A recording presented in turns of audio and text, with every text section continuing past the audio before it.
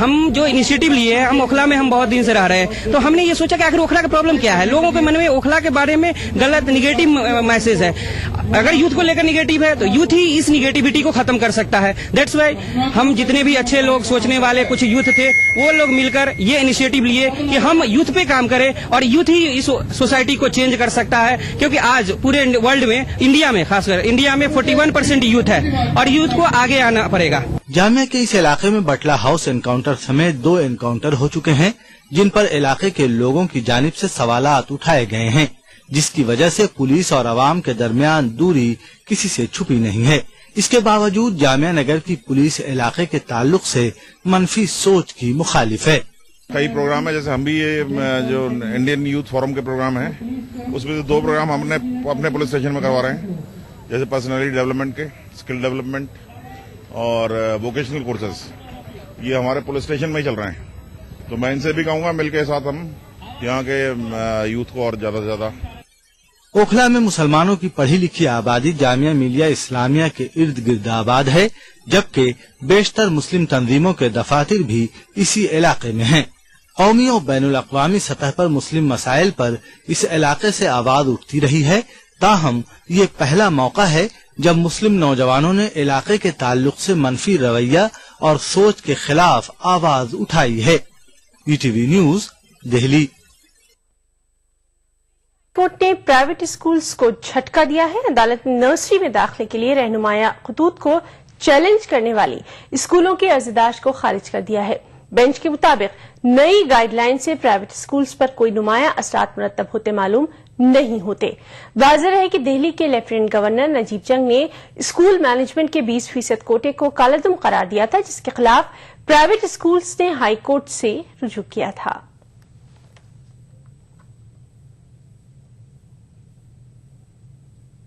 جو اسکولز تھے private schools, ان کی جو اپیل تھی سنگل جج کے خلاف ڈویژن بینچ کے اندر, وہ آج ہائی کورٹ نے ڈسمس کر دیا ہے اور دلی سرکار کو بولا ہے کہ ایک نیا شیڈول جو ہے ایڈمیشن کا وہ نکالا جائے.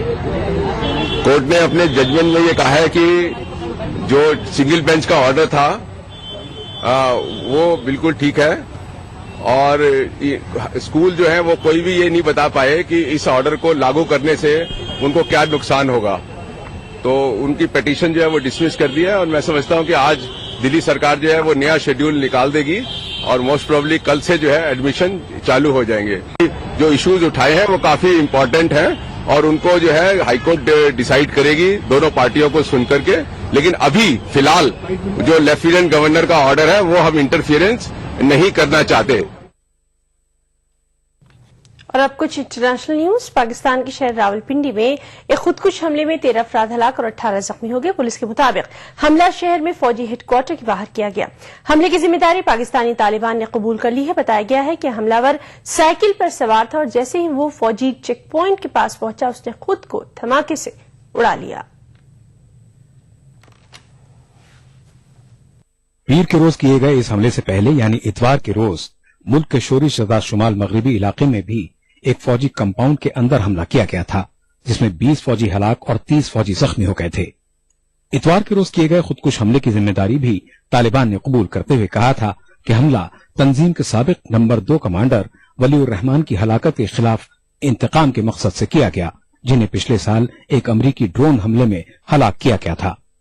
راولپنڈی کے فوجی ہیڈ کوارٹر پر کیے گئے حملے کی ذمہ داری قبول کرتے ہوئے پاکستانی طالبان کے ایک ترجمان شاہد اللہ شاہد نے دعویٰ کیا کہ یہ حملہ بھی فوج کو نشانہ بنا کر کیا گیا.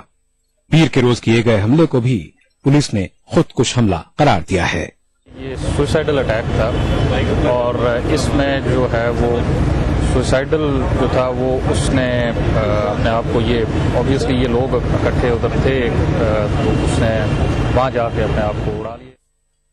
شمال وزیرستان کو القاعدہ سے تعلق رکھنے والے ملیٹنٹوں کی پناہ گاہ مانا جاتا ہے. اس علاقے میں فوج کے قافلے اکثر سڑک کے کنارے بم دھماکوں کا نشانہ بنتے رہے ہیں. تاہم فوجی کمپاؤنڈ کے اندر حملہ غیر معمولی ہے. پاکستانی فوج قبائلی علاقوں میں ملیٹنٹوں کے خلاف آپریشن چلا رہی ہے. قبائلی علاقوں کو پڑوسی ملک افغانستان میں نیٹو اور امریکی افواج کے خلاف لڑنے والے ملیٹنٹوں کی بھی پناہ گاہ مانا جاتا ہے. Bureau report ETV news. شام کے سیاسی بحران پر 24 جنوری کو جنیوا میں شروع ہونے والے امن مذاکرات میں ایران کو اقوام متحدہ نے مدعو کیا۔ سیکرٹری جنرل بان کی مون نے کہا کہ ایرانی وزیر خارجہ جواد ظریف نے انہیں یہ یقین دہانی کرائی ہے کہ ایران شام میں عبوری حکومت کے قیام میں مثبت رول ادا کرے گا۔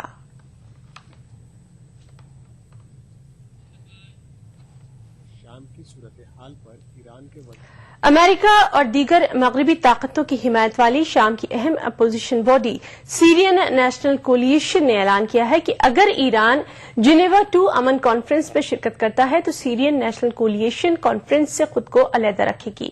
سیرین نیشنل اتحاد نے اقوام متحدہ سے ایران کو دیا گیا دعوت نامہ بھی واپس لینے کی اپیل کی ہے۔